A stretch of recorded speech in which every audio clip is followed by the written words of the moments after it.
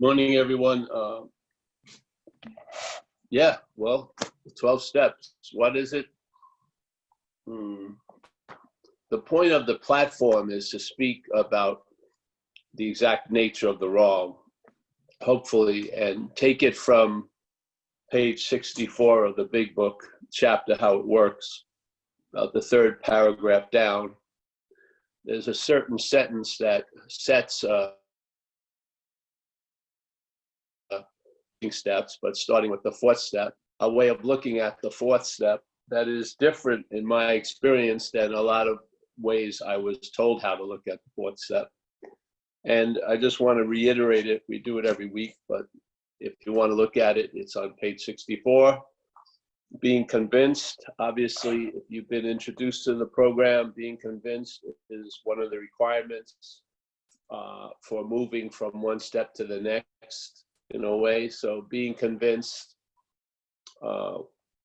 that self manifested in various ways.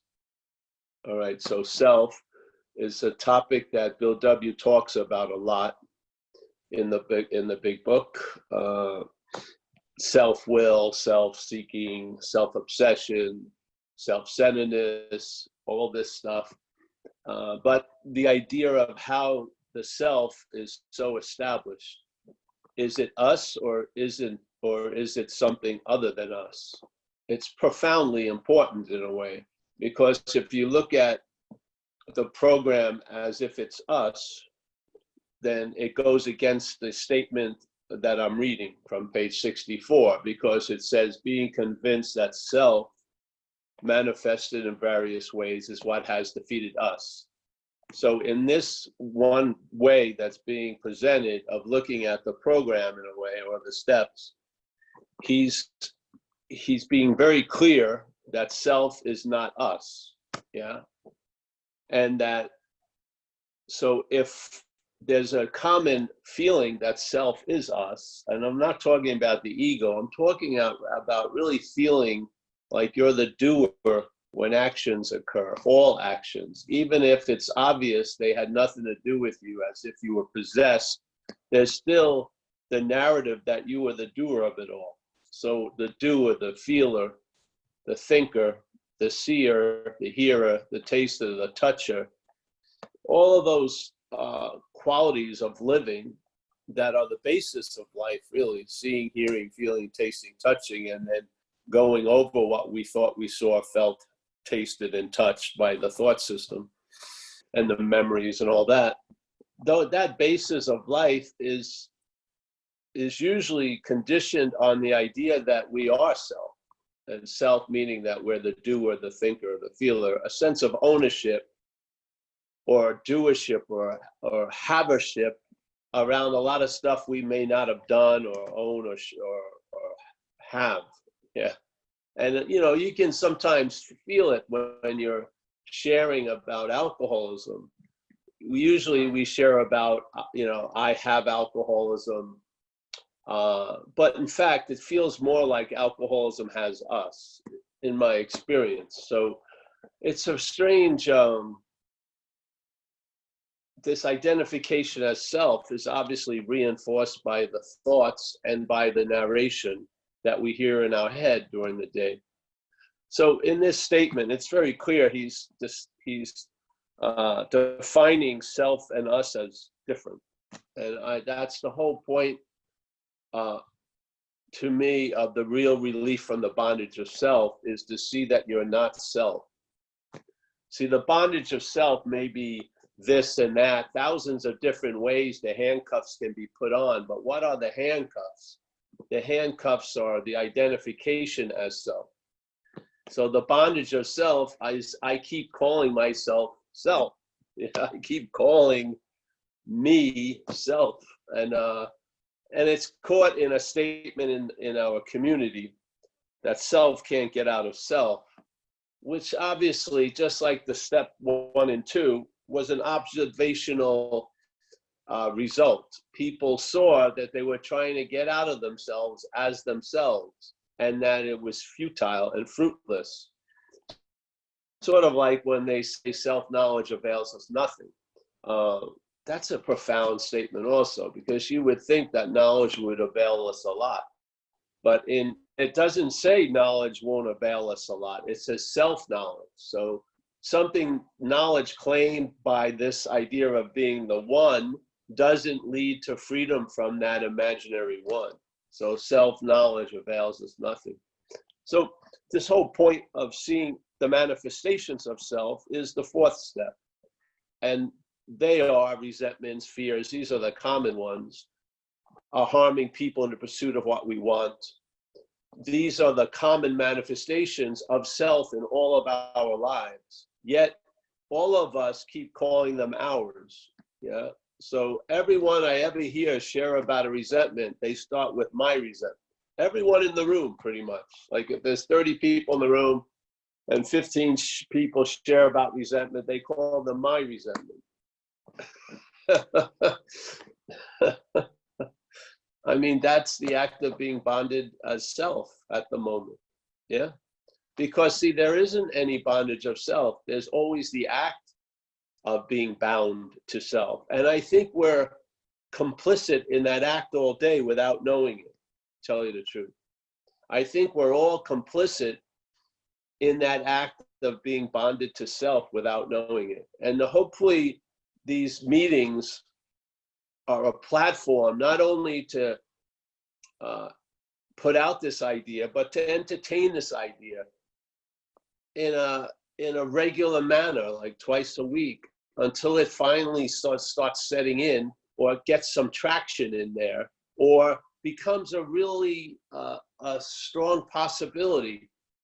And then maybe you'll look at, starting at step 4, that the manifestations, fears, resentments, and harm done to others aren't really yours. They happen through you. We're accountable for them. So I remember in my life, this is all in hindsight, that a lot of things scared the hell out of me, emotionally, mostly, like losing people I loved when I was young. And strategies ensued in the head of how to protect me from this feeling of being lost and overwhelmed by feelings. Well, it set out on a course to make all these things that seem so real to me unreal. Yeah. Now, the way the head works, in my experience, let's say there's 20 windows and something that isn't nice is appearing in one, the head will close every window.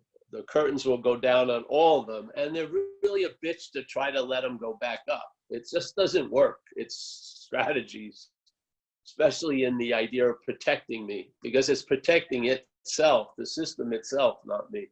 So, you know, there was a making a lot of shit unreal. Now, when I started coming to in AA, I realized, Jesus, because finally all that shit I was trying to make unreal, I let catch up with me, really. I became vulnerable, let's say. In the surrender, I was allowed to be powerless, and therefore I had a lot of power. And that power was to be able to receive all the shit I was trying to deny most of my life and let it land. And it landed, and then it informed me I was not that. And it has a lot to do with alcoholism, because I was denying a lot of the aspects of active alcoholism. I didn't think I was an addict. I denied all that shit. I finally admitted it, or it was admitted to the innermost self.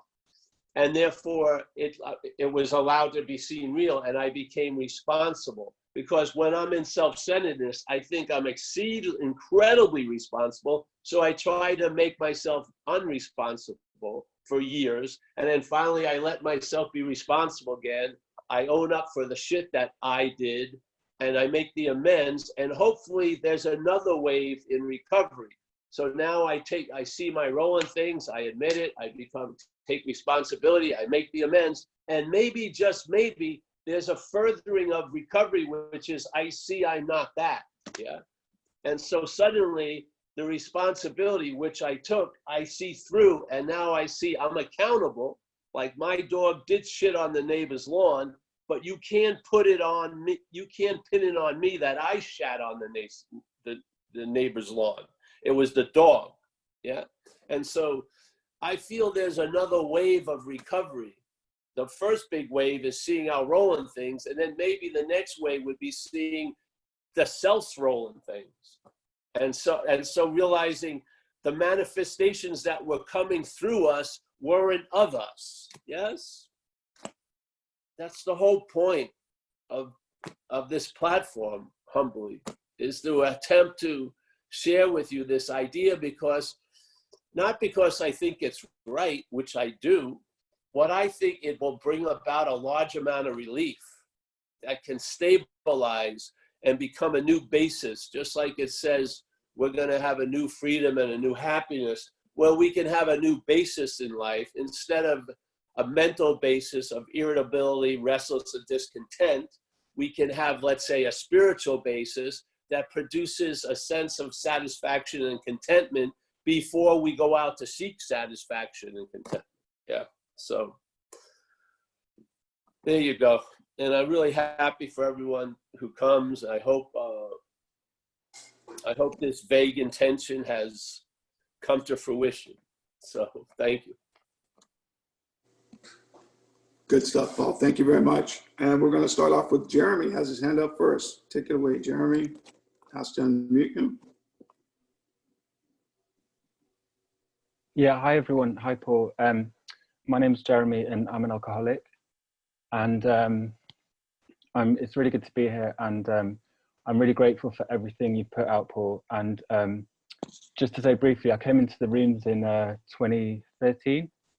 And then I got into non-duality somewhere along the way. And then 2017, I had this big kind of glimpse and it lasted a few days and whatever. And there was so much clarity, I decided that I needed to simplify my life, just empty, because it was, you know, I sat in parks for hours and looked at the blossom and all that kind of thing. And I left my master's program, I left my job, and I also left the meetings, right? And so I find myself, so I became like a professional non-duality seeker for like 3 years. And I went to a lot of non-duality meetings, I had Skypes and whatever, but I wasn't doing the meetings. And I was absolutely obsessed with this thing called liberation. And I used to love the stories where they gave this moment and whatever.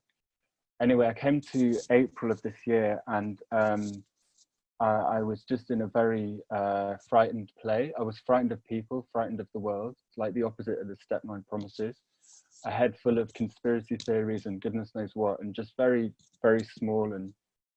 And I had a rock bottom. I didn't have a drink, but I had a rock bottom. And it was really, really painful. And I was having a Skype with another non-duality speaker, and she said to me, "Oh, I'm in the rooms." And I was like, "Oh my God, how did I not see that the two, why did I think that they were like mutually exclusive?" And I'd known about you, but I hadn't watched your stuff. And I watched your videos where you go through the whole big book a couple of times. And what I'm really grateful, Paul, is just the clarity I've got through watching your videos. And I did a 1990 on Zoom. I've got a sponsor and I'm in the game again. And I just felt like where I got to in those 3 years, it's like I'd painted myself into this corner. It was like a very intellectual thing where, you know, like the non-dual police were just like, everything was just like, oh no. And like, for instance, you talk about letting a higher power in and having a good life and stuff like that. And that to me would have just been like, oh no, that's just a dualistic concept. It is what it is and it's not happening to anyone. So I was just in this kind of stasis, do you know what I mean? And it took that, yeah, and it took that, so yeah, and I had suicidal thoughts basically in April. And that was way back when, 2007, when I first started this recovery journey. That was the thing that went, holy shit, like there must be more to life than this. And then it happened again, and then I watched your videos, and I've got into the rooms and stuff, and I'm in the game again. But what that's turned into, that experience, is the deepest step 1 I've ever had. And you know, in the book where it says we conceded to our innermost. Jeremy, excuse me, Jeremy, do you have a question for Paul? Don't worry about it. Let's go on. That's okay. Sorry, I apologize. I'll get to, yeah. Yeah, sorry, I apologize. I'll shut up soon. I just wanted to say a big thank you, and I've been watching a lot of you, and you're really helping me, and I'm getting so much clarity from what you're talking about, and I love the way that you talk about the problem, because that's what I need to hear. And yeah, sorry I've waffled, but I just wanted to say I'm super grateful, and yeah, it's really good to be Yeah. here and meet you face to face. Well, the important thing is a lot. First of all, welcome. Thank But you. you've described a common thing when people who have addiction, or their action figure does, or alcoholism, and then they find non-duality. And so what occurs is there's an unclarity about the role of the action figure and the absolute. And basically people think the idea of the absolute is going to override all the other conditions of the action figure, not realizing those conditions have been going on in great acceptance of the absolute. Yeah, so basically,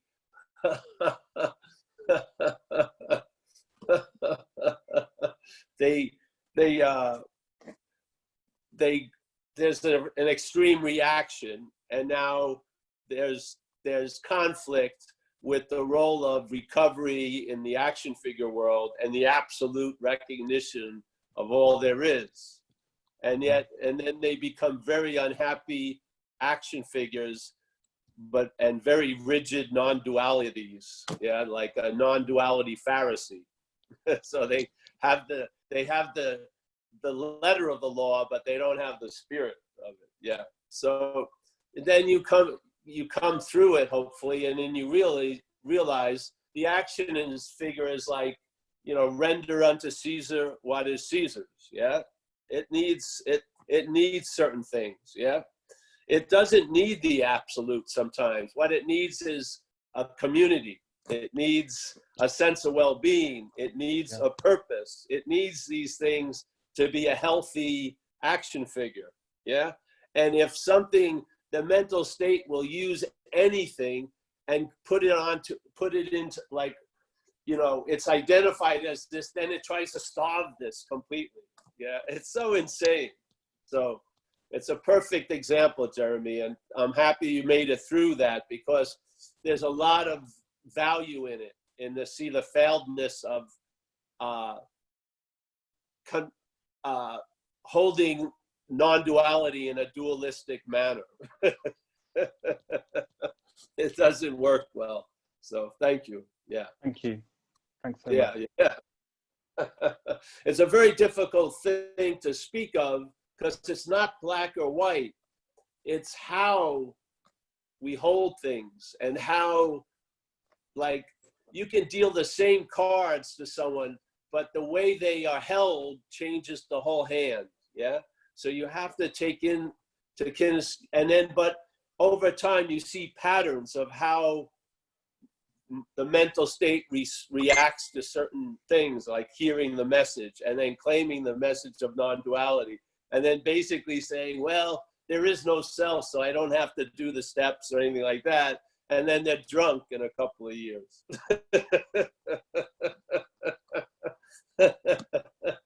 And literally they got nothing, because non-duality doesn't give you anything. So now they're drunk with nothing instead of being surrendered to nothing. It's a different experience. So, but thanks. Yeah.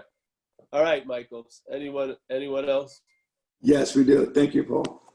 Thank you, Jeremy. Next question is from Catherine. I'll ask you to unmute, Catherine. And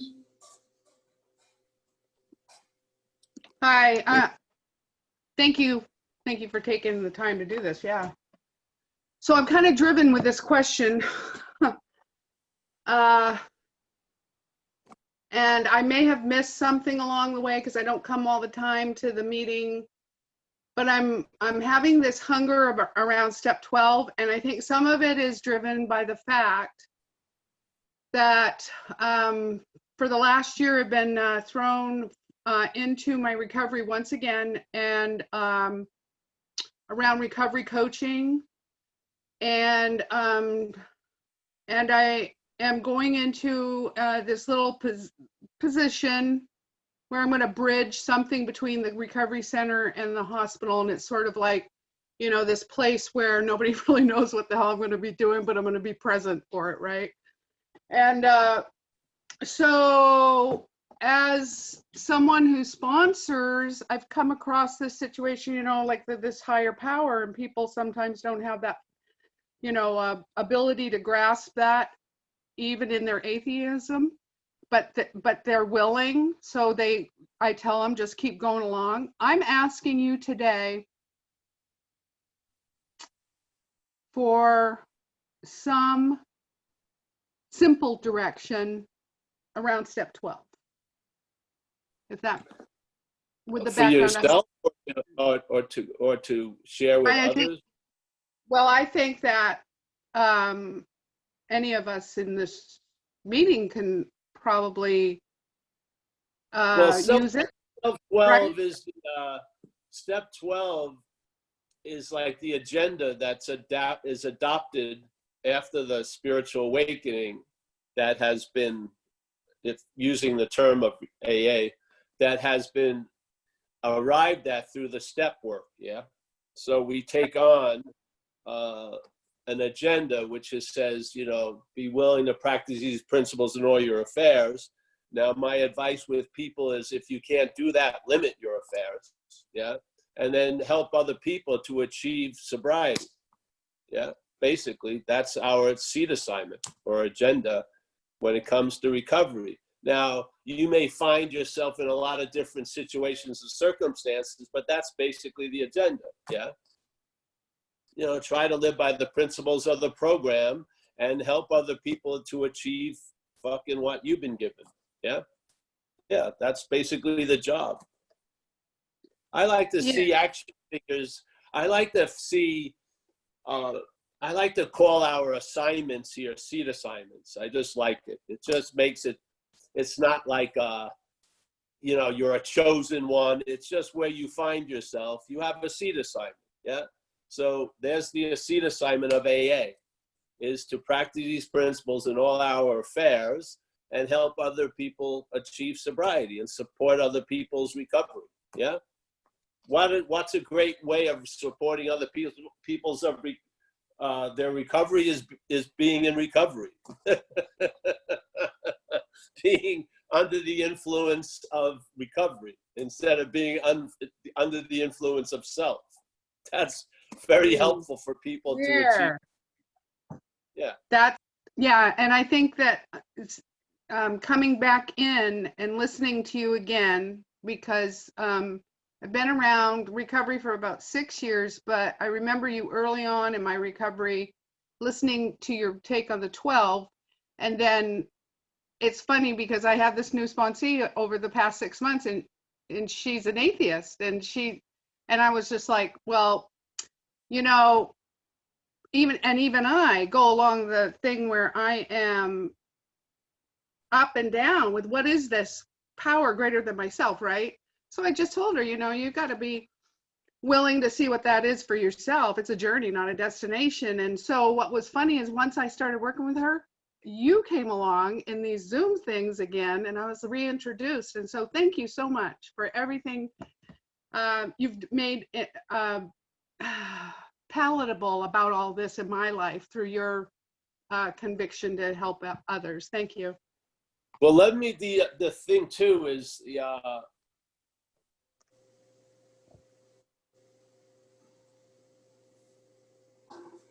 know, the atheists and stuff like that, it's more seeing that you're not the higher power. Yeah. Seeing that self is not the higher power.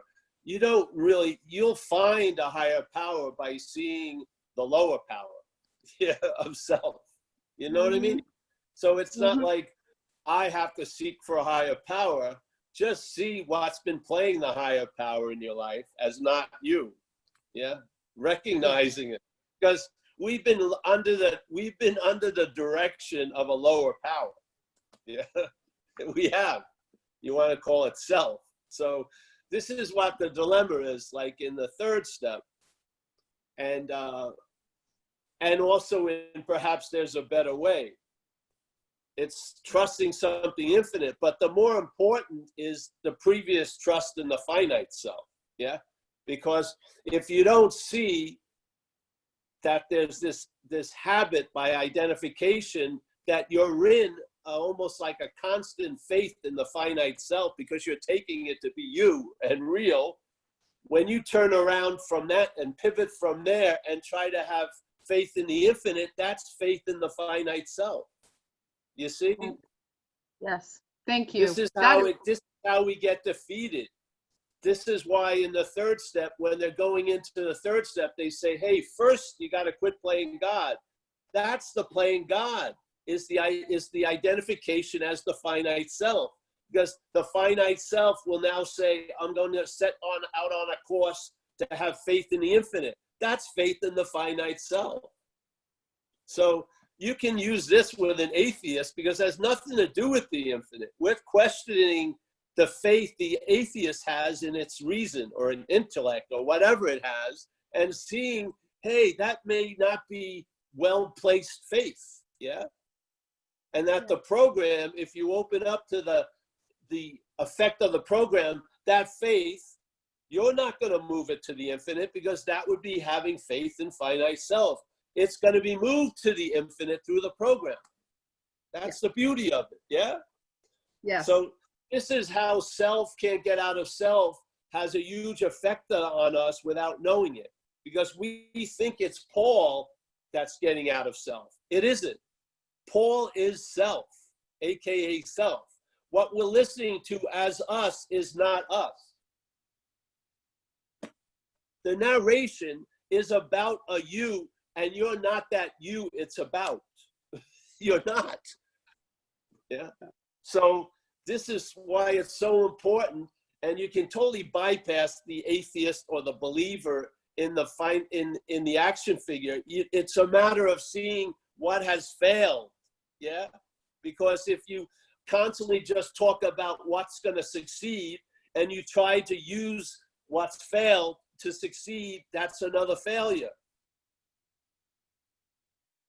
This is about recognizing we're powerless. It's not recognizing we're going to use our power to find God. It's we recognize that we're powerless under the influence of this idea of self. Yeah. Yes. Thank you so much. Yeah, you're welcome. All right, thank you very much. Just as a reminder, I'd like to let everybody know that this is not an AA meeting. It's not an all-share meeting, whether it's a question and answer with Paul's on the 12 steps.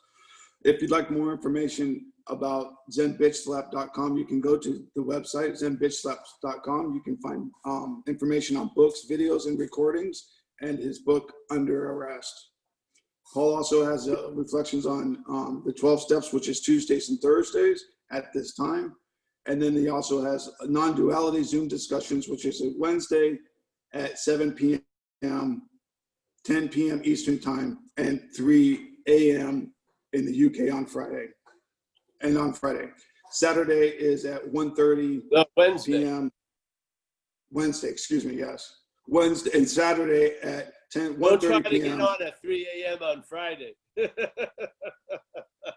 Well, you'll be alone. Okay, when we have another question, we have a question Let me just jump in here a second, Mike. Let me jump in here. Yes. Now just feel your sense of the third step when we're sharing this little part. When the third step is the act of turning our will and life, well, a decision about it. Let's just say the act of turning our will and life over to the care of something greater than ourselves. When that is claimed by self, doesn't it become more like a transactional deal? You're willing to give it over, but if it has to do with meeting a guy or a woman, I'm going to hold that.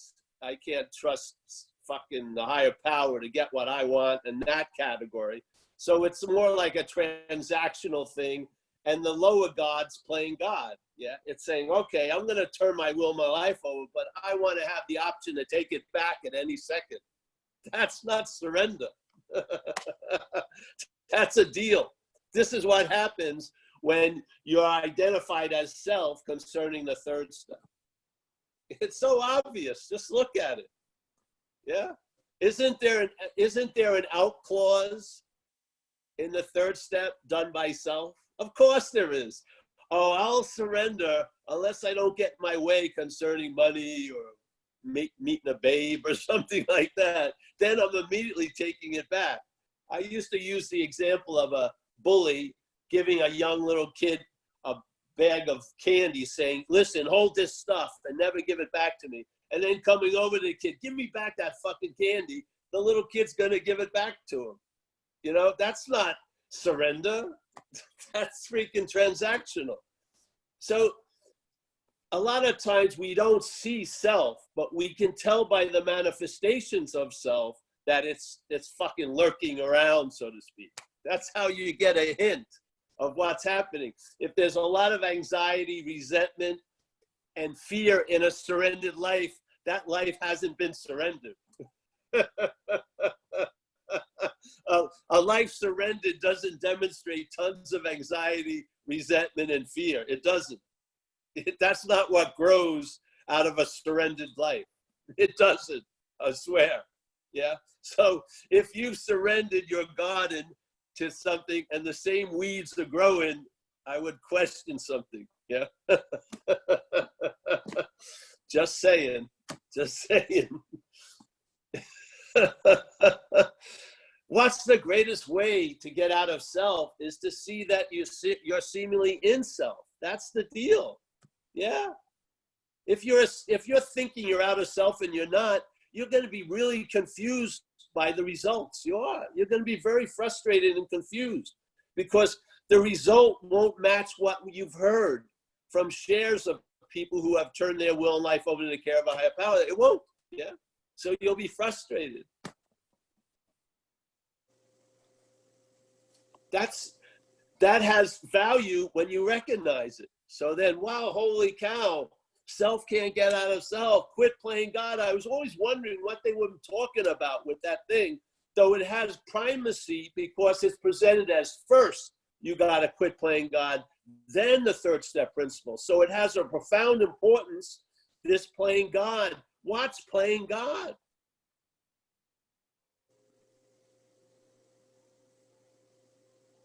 Find out. It isn't you. That's the good news. So you can quit playing God. It doesn't mean it stops playing God. It's going to continue to keep telling you the day's going to suck when you wake up, probably. It will. But you'll lose interest in that bulletin. You'll lose interest in those news flashes because you realize their basis is false evidence. Yeah? Mm-hmm. So you won't be moved out of the bed by a thought. Yeah? You won't be moved to the liquor store, yet you'll have a thought that used to move you to the liquor store. This is the freedom from the bondage of self. It doesn't mean the handcuffs aren't presented. They're presented all day, but you don't put your fucking arms in them anymore.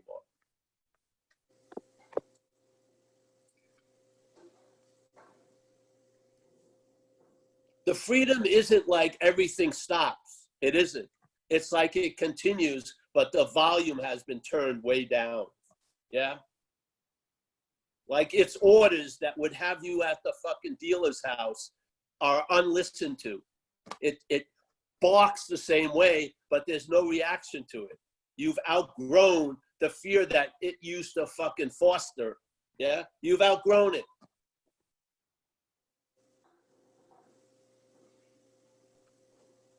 The it that you outgrow is still there, but you have outgrown it. Yes? And you know what happens? People, a lot of us right here are in a state of having outgrown it, yet the narration keeps telling you you're up the ass of self. And then there's a fucking belief in that, so you act as if you're not sober when you're sober. Yeah? You're having a story. You know, no, you're fucking sober. The problem doesn't exist for you right now.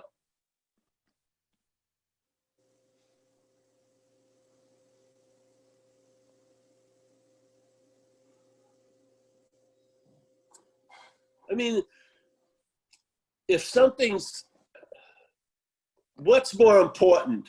Something being so or you acknowledging as something being so. Your acknowledgement is a huge player. Yeah. If you're just keeping thinking you're going to be fucked next week and you're not attending to the miracle of being sober now,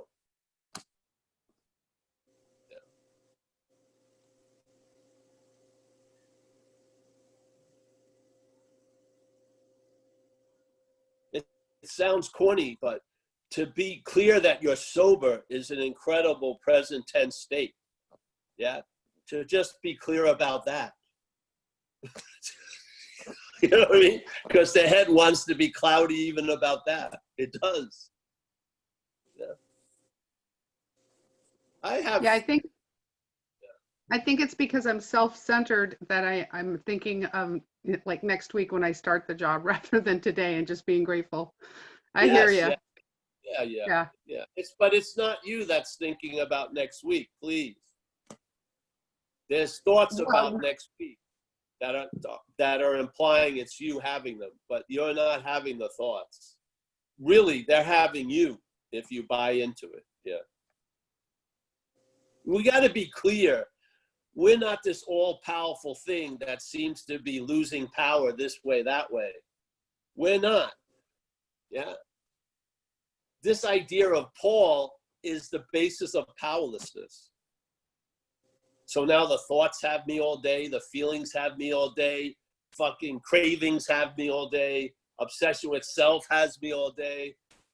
Yeah, let's get it right. The language is totally misdirected.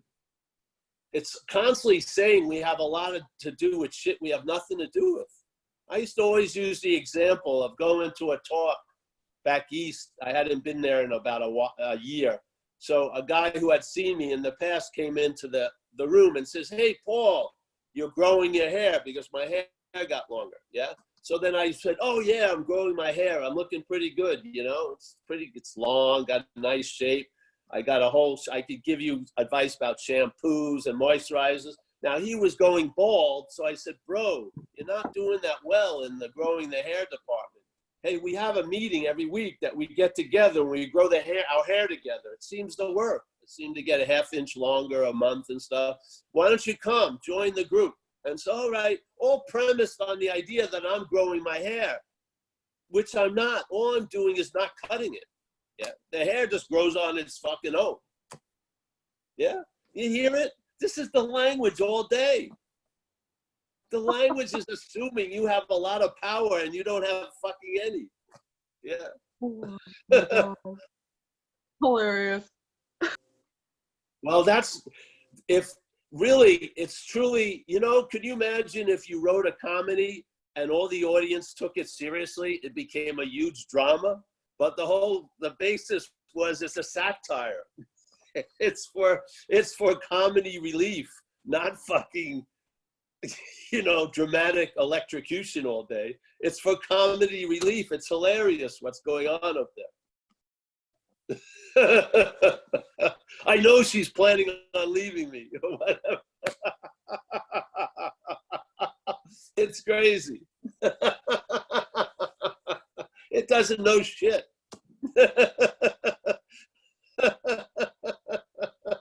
When I got hit by the car, I didn't know I was going to get hit by the car until I got hit by the car. That's how far-sighted it is. It didn't warn me a month before or a couple of weeks before or even 30 seconds before. It was totally surprised by the car completely. This is what we're relying on? Give me a break.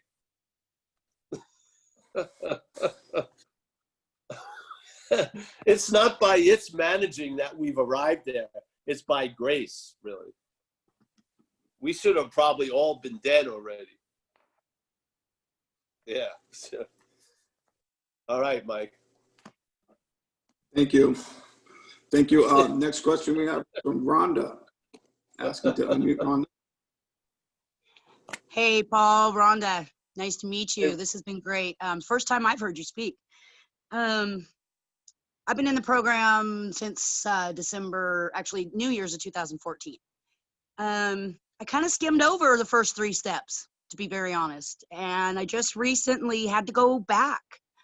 I was holding on to a lot of resentments in regard to religion. I was brought up in a Southern Baptist religion, and it was very judgmental and very burn in hell. And I couldn't wrap my mind around that. I've always felt I was more of a spiritual being, which I've come to feel. I have woken up. I guess my question for you is, you mentioned something about being handpicked.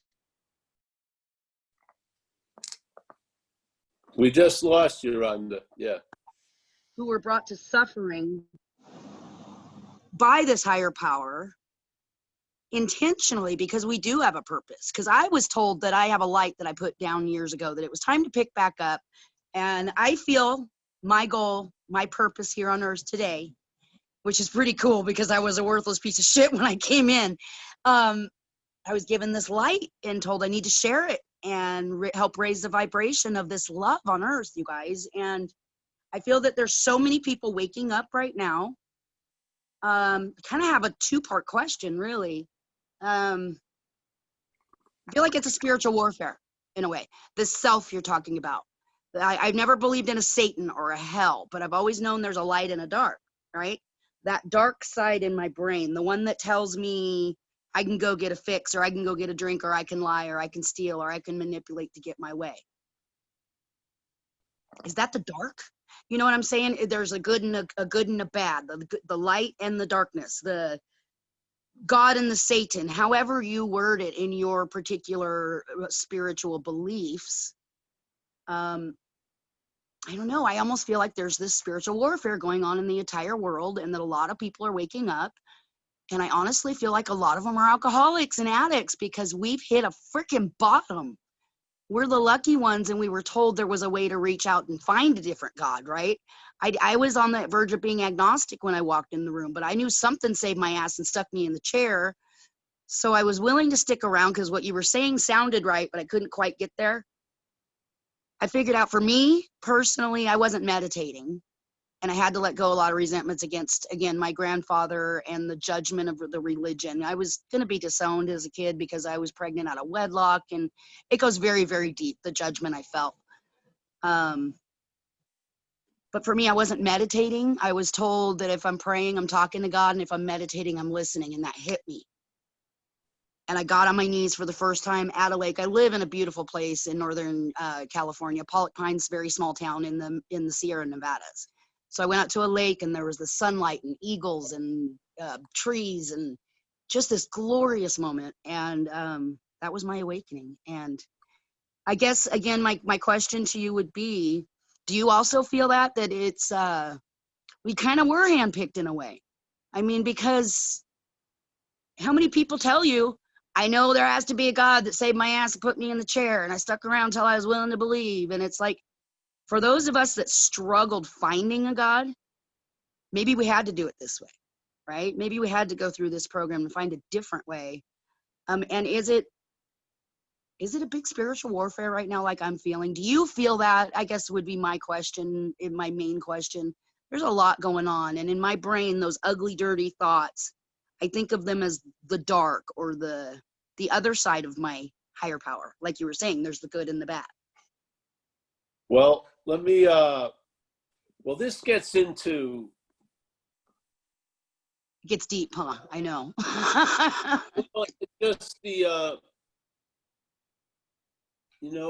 all see it in different ways, and at different times, the way we see it works, yes?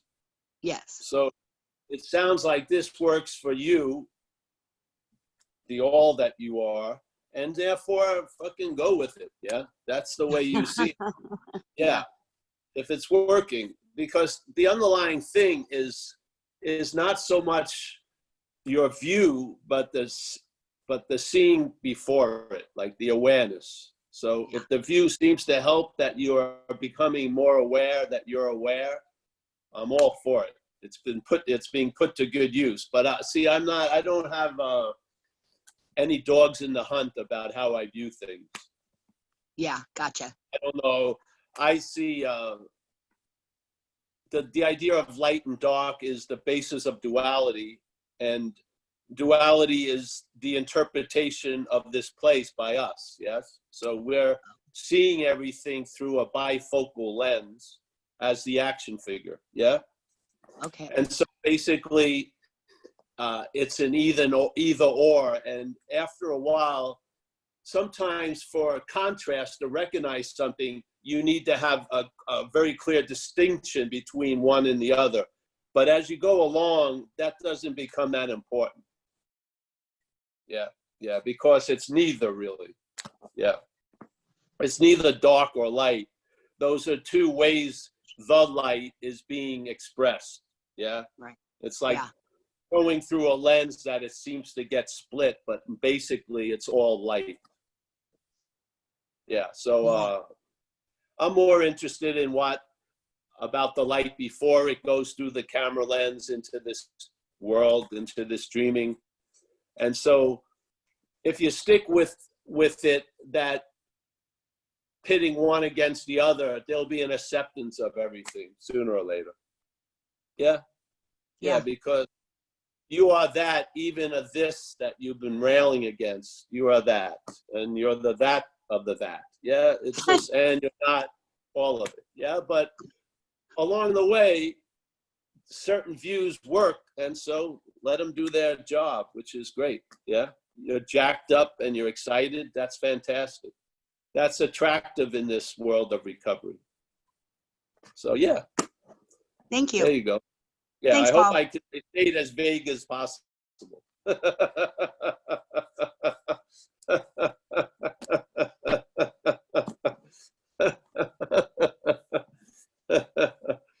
Yeah. But yeah, we can all feel like the chosen one, but we're not the one that was chosen, so to speak.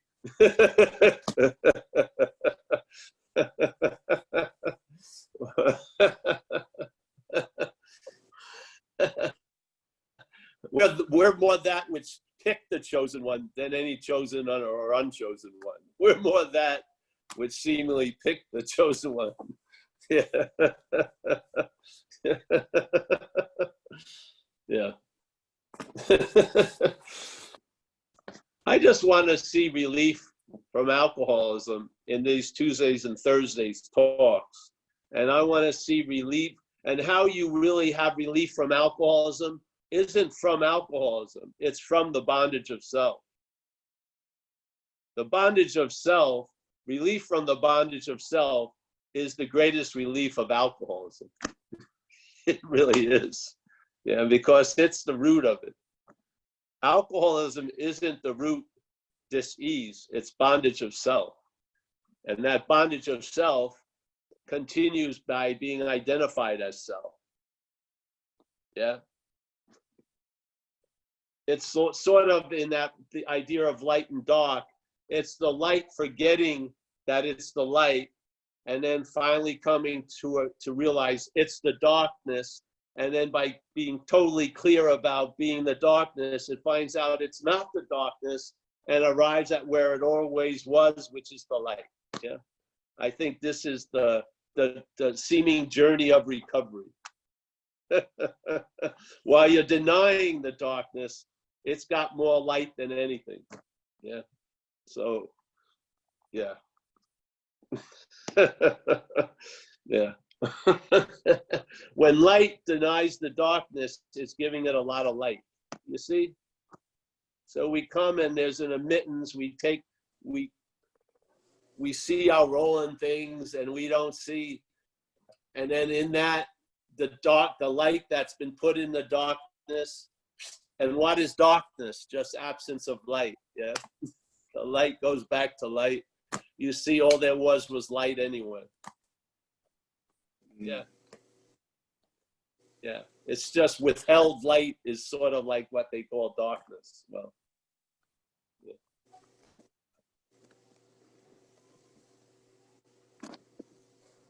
Yeah. All right. Thank you, Paul. Next question we have is from Lee. Lee, asking you to unmute and take it away. Thank you.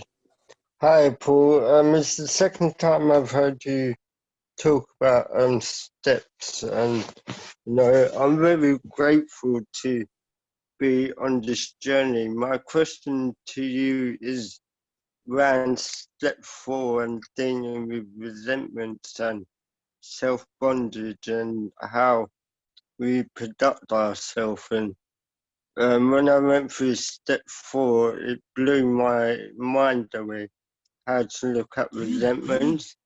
And when I've done that step, at the end of it, I asked my sponsor, how comes we don't get taught this as part of a curriculum education? Because I can look at my resentment and still remember resentments as far as going back as a teenager. So that was really my main question. Why is this not part of our academic life skill? They give you all the natural skills to read, write, how to be successful in life, but they don't teach you how to deal with resentment or people that have done you wrong. And you know, I asked my sponsor that question, and he couldn't come back to an answer with me about that. And I'm not trying to question the program. I love the program. You know, it's gave me a new light of life, and you know, dealing with resentment and the way we deal with them. I just wish I got shown that at a very early stage in life, and I just wanted to get your opinion on that. I know it's a difficult question. Well, it's not. It doesn't fit in the framing of the platform, but I like to answer it. And the idea is, the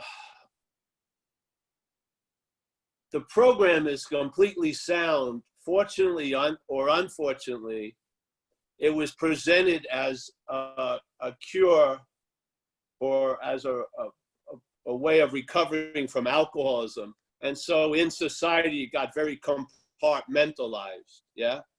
So by thinking, oh, it's for them, it's pretty good for them, but it has nothing to do with us, it's just basically how we act here. We're living in a very separated condition and thinking things are, oh, that may be all right for them, but it's not for me. And a lot of people actually have tried and are trying to sort of make it more acceptable for people who don't want to or believe that they have a addictive problem, yeah? And so people are actually attempting to do that. But the dilemma is most most patients are totally unwilling for the recovery program. You know what I mean? So usually none of us came into the program usually out of virtue. It was out of fucking, there was no other place to go.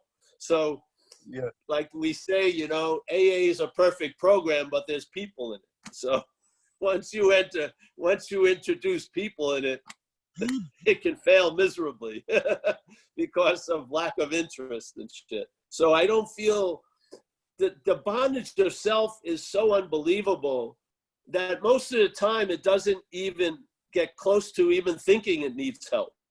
You know what I mean?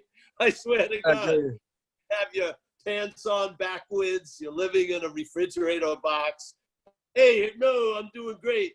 It's an incredible aspect of self is the level of denial it can sort of maintain. It's pretty amazing. So first people have to feel or get a sense they're fucked to take this curriculum, so to speak. That's the heavy lifting, is for the admittance of the innermost self finally getting it. That's really the program is pretty easy. It's the resistance to the program which is the dilemma. It's not that I've done a few steps. You know, I know a lot of people that hold resentment, and you know, you look at them and you think, wow, I need to be like that. And, you know, you, like you said, you just can't give them this program. You know, you've got to want it for yourself. And, you know, it's amazing that we don't get taught these little basic skills from an early age. Yeah. Yes. But you have to look at, too, in most familial structures, resentment is one of the main bondings. You know what I mean? The aunt's talking about the uncle's talking about the grandma, your brother's talking about you. It's really, it's chock full of resentment in most cases. So, I mean, you could probably write a perfect curriculum. You probably won't have many students. Yeah, true. We are the blessed ones, and I guess we have to suffer from addiction. Maybe not everyone has the same way of our thinking, but as far back as 12, I can remember having resentment about a lot of people. Maybe it's because I'm disabled, or maybe because I suffer from this illness of addiction. But you know, I used to go to bed with resentments and wake up with them, and never had a clue how to get rid of them out of my system. Yes. I came into this Yeah. wonderful program. But remember, Lee, in a way, the way we're attempting to hold resentments here is that they're not mine. They weren't yours. They had you. You didn't have them. Yeah. They were like the guest that presented itself as the master. This is what we're trying to draw a very clear distinction between the resentment and my resentment. It's usually different. Yeah. I always was surprised how many ideas I had about shit I had no idea of. Yeah. Like when I ran into a new topic, I had tons of fucking ideas downloading. And I realized there's something that's reacting to life, yeah, that's superseding my response to life. It did. It was after a while. There was like it's sort of like you find yourself on the moon and you don't know you have a space helmet. And the space helmet has a little narration going on about the moon and you and everything like that. And you never entertain. You could just twist it off and take it off. You know how you ever see the movies? There's the one person that says, fuck this. No, don't take the helmet off. And they take the helmet off and they take a good breath. The atmosphere is fine. That's what we're saying fucking here. If you can entertain your not self and that helmet is taken off, it's fucking fine. Yeah? There is a solution. It's not all fucking hell. Yeah? There is a solution. But it's going to be difficult to get through that solution through that fucking helmet. Yeah. So we want to entertain, hey, this is a helmet, it's not me. So these are not my resentments, it's the way the helmet sees fucking life. All right, the helmet ain't me, maybe I can take it off. That's the point. Yeah. I was identified as the helmet. I had a recognition. I had a download that told me I wasn't. At that moment, I realized I could be free from it. And then at that next moment, it showed I had been trying to be free as it since I was 6 years old. Something that was profoundly misdirecting got corrected. I realized I'm not self, and therefore the possibility of being free from it is available. And it's never not been available ever since. So that's what we're sharing, yeah? So, yeah, resentments, but what role does the my have in the resentment? It has a huge fucking role, yeah? Yeah, all right, thanks, Lee. Thanks, pleasure having you. Come back. Okay, great. Our next question is, and last question is from Gary C. Gary, you're asked to unmute. Okay, hi, can you hear me? Yes. Yes. Yeah. So, Yeah. Gary, and sex love addict. And so, Paul, my question is about the fourth step, and it's basically who's doing the inventory. For example, Yes. one of the questions that Joe and Charlie have in their harms is, what would you do different, or what should you do different than what you did to harm the person? And I notice when I answer that question, when I just sit with it, there's like a download that seems really clear. Like, whoa, well, I would be unselfish. I would be concerned about that person. I would tell them the truth about my condition. And that feels like not self, not me. But then the selfing comes right after, on the heels of that, and says, well, now I want to be able to live that way. That I got fucked over because I don't know what. I know I'm rambling here a little bit, but my underlying question seems to be, who's answering the questions in number 2? I mean step 4. It's I have some sense of it, but then things get a little bit confused after the answer comes. And I just like to hear your input on, who's asking, but who's answering the questions. Yeah, right. Yes. All right. First, let's get clear on this. There is no thing called self. Yeah? There's no thing called self. There's no enemy. There's nothing. There's selfing. Yeah? Which is a mental activity. The mental activity, when something's happening, let's say there's writing a 4th step, yes? The mental activity claims the writing, the 4th step implies you, yeah? Just be clear about it. There isn't a selfing. There's selfing that implies a self, yeah? So there's no one writing. There's just writing, yeah? Yeah. So a better description would be what's writing. There's no who writing.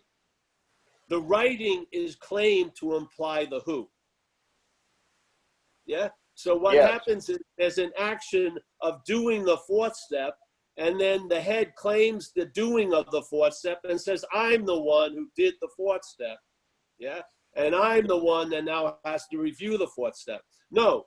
There's doing the 4th step, there's reviewing the 4th step, there's thinking about that, and then there's the claiming of all of that to imply there's Gary. Please get clear about this. There is no self that does anything. There's a lot of doing that's being used to imply a self. I'm trying to describe the horse in front of the cart, yeah?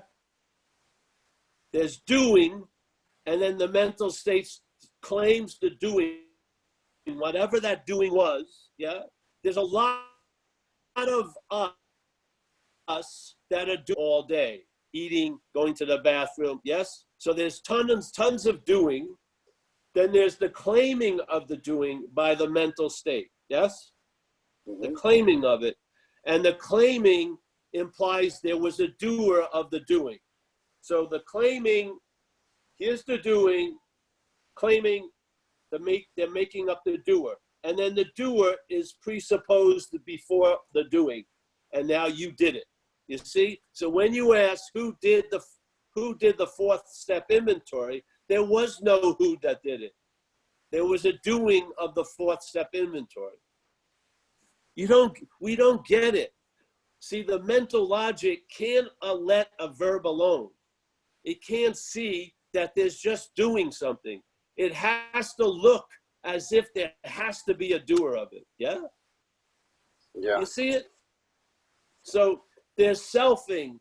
That's why we use the term selfing. Of course, in AA, they use the term self. So in the AA presentation, we use the term self, but self is something that's made up out of selfing. Yeah? That's it. So who's doing the fourth step comes from not recognizing the claiming of the doing of the fourth step by the mental state, and implying, and then you're asking the who that it's going to present as you. Yeah? Yeah. So it produces the answer to the question you're going to ask. So you never get out of the fucking system. It's a self-centered system asking who is the self-centered system doing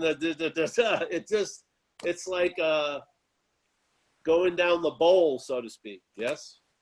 So every answer. The assumption is there's someone that did the fourth step. That's an assumption. It's not true. There was a doing of a fourth step. Yeah, that feels truer. Now, a lot of us have been, again, the language. There's been a lot of doing of fourth step inventories here. There's been no doer of it. That's the whole point of the message. Yeah? It doesn't negate the doing. That happened. It negates the one that did it, because that didn't happen. That was made up. That's a narration of what's happening. A narration based, reinforced by self-centeredness, the system of self-centeredness, which means all the interpretation of the system pertains to a self. Yeah? A self that there isn't. That's why the system has failed. It doesn't matter if it looks like it's been successful. It's failed because it has presented a story about you that is not you. Yeah? That's its innate failure. So you never find that you are a spiritual condition because you're constantly found as the physical mental condition by the mental narrative. Yeah? I hear you. So there's no one that did anything. There's no one that didn't do anything. If you want to really get to it, all there is verbing. There's seeing, hearing, feeling, tasting, toucher. There is no seer, hearer, feel, taster, toucher. Yeah? There's doing, there is no doer. There's thinking, there is no thinker. Yeah? There's feeling, there is no feeler. That's where the freedom lies. You want to I only want to feel certain things. That's bondage of self, because it's not going to work. First of all, I don't want to think these thoughts. You never did. Hallelujah. So you got your wish. You were never the thinker of the thoughts. What? I rather feel like I'm the thinker, and I can think different thoughts. Exactly.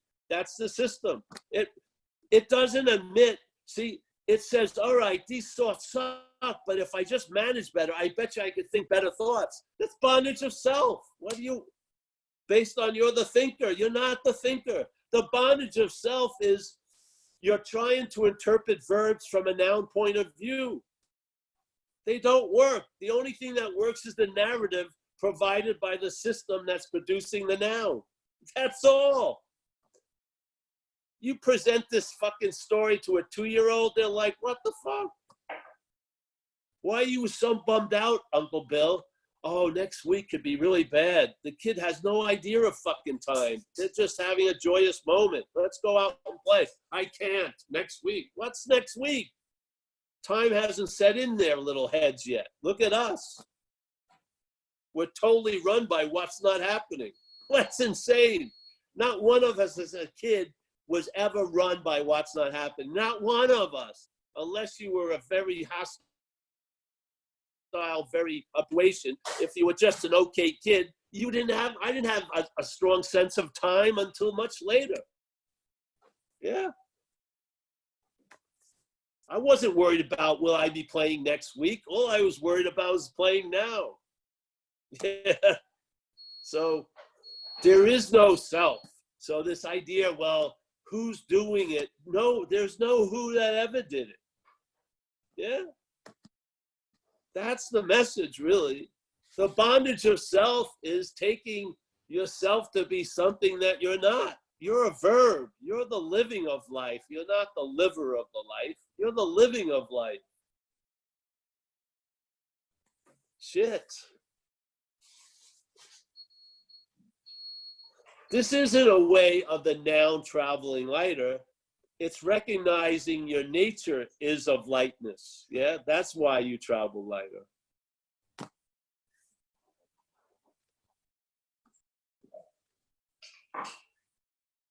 I hope that was clear. There is no self. We're not trying to improve a self that has always been. Maybe there's other meetings that are doing that. That's not the basis of this meeting. So if I haven't been clear about that, I apologize, because I'm using the language of recovery. That is a now, it's a fucking, we call self, but it's not a noun I'm talking about. I'm not talking about a freedom from a thing. I'm talking about a freedom from a mental activity. Yeah? Be very clear about that. I am not speaking about being free from a thing that is part and parcel of the dark side. I'm talking about a freedom from a mental activity. Not that the activity will stop. That's a magical idea of freedom. Loss of interest in the activity because it's not about you. Yes? You're not of that. You ever see birds? When I was in Australia, they have a bird called the butcher bird, and I used to feed it in our yard. And the amazing thing is, there was a lot of bird life in Australia where I live. Butcher bird was only listening to other butcher birds. That's the only thing he was keenly picking up, was other butcher birds, yeah? This is the fucking bondage. You're taking the voice that's yapping all day to be talking about you, and you're taking the voice to be you. You're like the butcher bird, just listening to only the sounds of other butcher birds, yeah? You can't hear any other tune. You can't hear any other note. That's the bondage. You're not open for downloads from other possibilities. We get intuitive thoughts. We get rushed recognition. All of that. That's more of us than the fucking yapping all day. So, any other question? Have one more if you like. Are we all right? That was all the hands that were up. We're done for today. Paul. Oh, all right. Yeah. I want to, this is just an idea, but hopefully you can maybe use it. It's like a one day, it's a 1 day glass lens.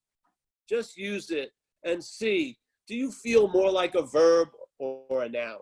I mean, does it really feel like you're just doing, seeing, hearing, feeling, tasting all day? I do. I mean, it's just obvious.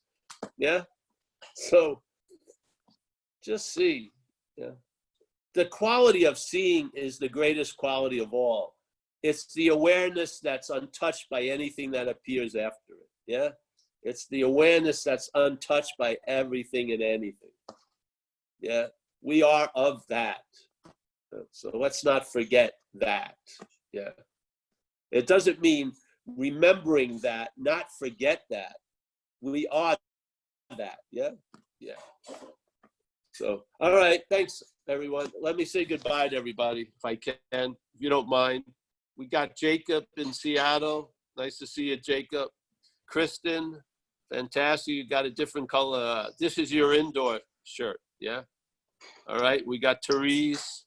We got John up there. Kaiser, Michael, Stacy. Thanks for the job, Michael. Your service. Fantastic today. Kathy, Mickey from Madeira. James Lebowski. I don't know where he is. Let's keep him. We got Bev. Bev is very subdued. I don't know today. See, I don't know is great when there's an acceptance of it. Yes. Fantastic state. When there's resistance to it, yes, yes. So now you've come around, so to speak. We got Rick Rowe, fantastic. Sika, I'm sorry about that, Rick. Keep coming back. You'll get over that soon. Beatrice. We got Howard. Howard, thanks for the cash. Yeah. Jono from the UK. Mika, nice to see you, Mika. You're looking very serious there. I'd hate to go into an interview with you, Room. I'd never get the job with that look. You don't qualify for this position. All right, Mike. We got Mike over here, Mike O. We got Lee. Lee, thank you for your participation. Fantastic. Keith, nice to see you. Keith, again. Petaluma. Let's go back because I missed the first page. We've got Mike Z. As always, thank him. He's the one who actually holds up the platform. He keeps records of when I'm late or not. I was about a minute and a half late today. 90 seconds. It's not bad. Marty, nice to see you, Marty. Rob, but it was worth it, wasn't it? The talks today. Woohoo! Rob, Kentucky. Rob from the UK. Paul, he's got the Interstellar shirt on today, I think. Nice to see you, Paul. Thanks, Maria, nice to see you, Maria K. Jeremy, welcome. Yes, yes. Gary C. Gary's living large in the corner. Woohoo! That's pretty good. We got, I missed somebody, I think. No, didn't. We got Kristen. Again, I said hello to you guys. We got Rick. I said hello to you guys. Oh, Beatrice. We got Howard, Mika, Dennis from LA. Julian Rose is in the house. Nice to see you, Julian. You know, I thought you were in a boat or something. Where? I don't see the boat.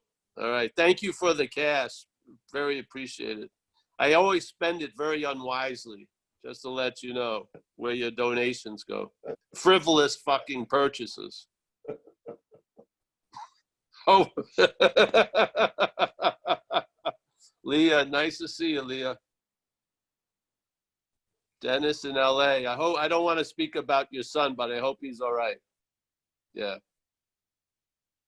Yeah. Kim down there. Nice to see you, Kim.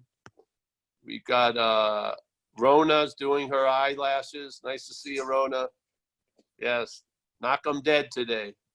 We got Merrill, Josie, a lot of people anonymous today. Fantastic. Hillary from St. Pete, Florida. Ben, Prashant, Pandey, Dimitri. Nice to see you, Dimitri. I hope you're feeling good.